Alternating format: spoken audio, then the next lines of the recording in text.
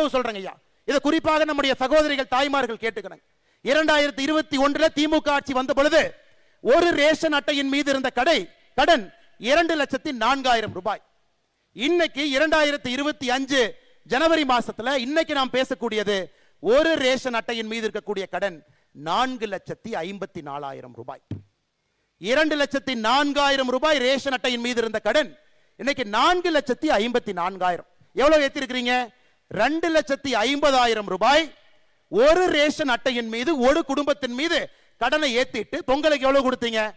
2026 22 0 பொங்கலுக்கு 1 ரூபா கொடுக்கல. 2023 எவ்வளவு கொடுத்தீங்க? 1000 ரூபாய். 2024 எவ்வளவு கொடுத்தீங்க? 1000 ரூபாய். 2025 எவ்வளவு கொடுத்தீங்க? 0. 2026 எவ்வளவு கொடுக்கறதா சொல்லியிருக்கீங்க? 3000. மொத்தமா 5000 ரூபாயை கொடுத்துட்டு 2.5 லட்சம் ரூபாய் எங்க தலைமையில கடன் வச்சீங்கல்லங்க ஐயா. அதனால தாங்க ஐயா திமுக நீங்க கில்லாடி.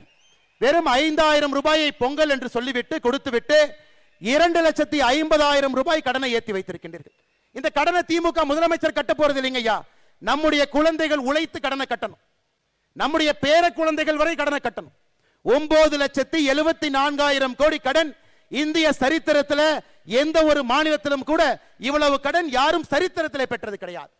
ஆட்சிக்கு வந்த பிறகு 5 லட்சம் கோடி ரூபாய் கடன் 4.5 ஆண்டுகளை வாங்கி இருக்கிறாங்க. என்ன பிரமாதம்! கடனை வாங்கி ஆட்சி நடத்திவிட்டு அந்த கடனிலையும் 60% வட்டியை கட்டுவதற்காக பயன்படுத்திவிட்டு என்ன தம்பட்டம் அடித்துக் கொண்டிருக்கின்றார். எனக்கு முன்பு பேசிய தலைவர்கள் பேசினாங்க. நேத்து நம்முடைய அரசு அதிகாரிகளுக்கு ஒரு புதிய விதமான ஓய்வூதிய திட்டத்தை கொடுத்திருக்கிறாங்க. திமுகவினுடைய தேர்தல் வாக்குறுதியில் என்னங்க சொன்னாங்க? நாங்க ஆட்சிக்கு வந்தா பழைய ஓய்வூதிய திட்டத்தை கொடுத்து விடுவோம். நேத்துல திமுக காரன் தம்பட்டம் அடிக்கிறான். 60 லட்சம் பேர் பயன்பட போறாங்க, எங்களுக்கு 60 லட்சம் ஓட்டு வரப்போகுது. அருமை அரசு பணியில் இருக்கக்கூடிய சொந்தங்களே நல்லா நீங்க புரிஞ்சுக்கணும்.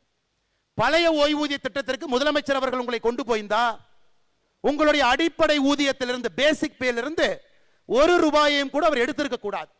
அடிப்படை ஊதியத்தில் 10% எடுத்து உங்களுக்கு நான் பழைய ஓய்வூதியம் மாதிரி 50% அடிப்படை நான் கொடுக்கிறேன்னா அது எந்த விதத்தில் நியாயங்க? அருமை அரசு ஊழியர்களை நன்றாக நீங்கள் புரிந்து கொள்ள வேண்டும். ஓட்ட பஸ்ல தான் இன்னைக்கு டிரைவர் கண்டக்டர் ஓட்டுறாங்க. எந்த நேரத்தில் பஸ்னுடைய எந்த டயர் கழண்டு போகும் யாருக்கு தெரியாது.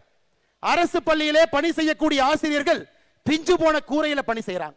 எனக்கு அரசு பணியில் இருக்கக்கூடியவர்களுக்கும் கூட நம்முடைய தேசிய ஜனநாயக கூட்டணி ஆட்சிக்கு வந்தால் மட்டும்தான் நீங்கள் வேலை செய்வதற்கு பாதுகாப்பான ஒரு இடத்தையே நம்மால் மட்டும்தான் கொடுக்க முடியும். அருமை சொந்தங்களே, அதனால என்ன நான் இதை உயர்த்திட்டேன் அதை உயர்த்திட்டேன் என்ன சொன்னாலும் கூட லெப்ட் பாக்கெட்ல இருந்து 10 ரூபாய் எடுத்து ரைட் பாக்கெட்டுக்குள்ள வைக்கிறது பேரு ஆட்சி இல்லைங்க ஐயா.